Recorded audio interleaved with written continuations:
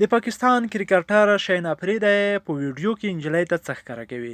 ملګرو په دغه ویډیو کې هر څه درته ښایو چې دغه پاکستاني کریکټر شاهین اپریدي نجلۍ ته څه ښکاره کړي دي.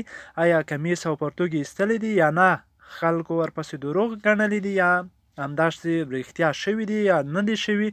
ټول معلومات په همدغه ویډیو کې درکوو. ملګرو دغه ویډیو تر پایه سره وګورئ او درسره شیر کړئ. د پاکستان کرکټ ملي لوبډلې چټک توپ اچوونکې یوه ویډیو په ټولنیزو رسنیو کې خپره شوې ده چې هغه پکې له یوې نجلۍ سره خبرې کوي او هغې ته خپله تناسلي آله ښکاره کوي. د حرمشاه په نوم ټویټر کارکوونکي د شاهین اپریدي دغه ویډیو په ټویټر خپره کړې ده او ورته لیکلي دي چې دا هغه ویډیو ده چې د پاکستان کرکټ ملي لوبډلې لوبغاړی شاهین اپریدي پکې له لاسه کار اخلي.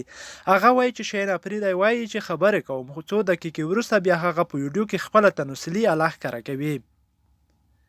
همداراز د فریحه په نوم یوې بلې نجلۍ هم د شاهین اپریدي دغه ویډیو په ټویټر خپره کړې او لیکلي دي دوی ولې په لوبغالي کې له کاره لوېدلي وي.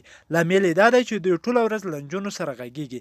هغه وایي دوی له خپل نوم او شهرت نه په ګټې اخیستنې سره نجونې دوکه کوي او بیا د هغوی له بدنامولو سره لوبې کوي.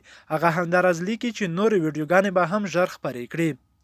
وروسته که څه هم دغه ویډیو د ټویټر دغه کارکوونکي ډیلیټ کړه، خو د شاهین اپریدي ویډیو دومره خپره شوې وه چې مخه نیول یې ګران و.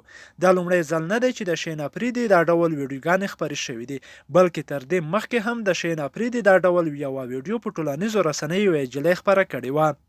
د دغه ویډیو په تړاو تر اوسه پورې شاهین اپریدي څه نه دي ویلي. بل لوري ته د یوې پاکستانۍ اداکارې رابعې پیرزاده یوه شخصي نیمه لوڅه ویډیو هم خپره شوې ده. هغه اداکاره چې هند لومړی وزیر نریندرا مودي ته یې د مرګ اخطار ورکړی و. ډیره مننه ملګرو، همدغه ویډیو در سره لایک کړئ ترڅو هر ملګري ته ورسیږي.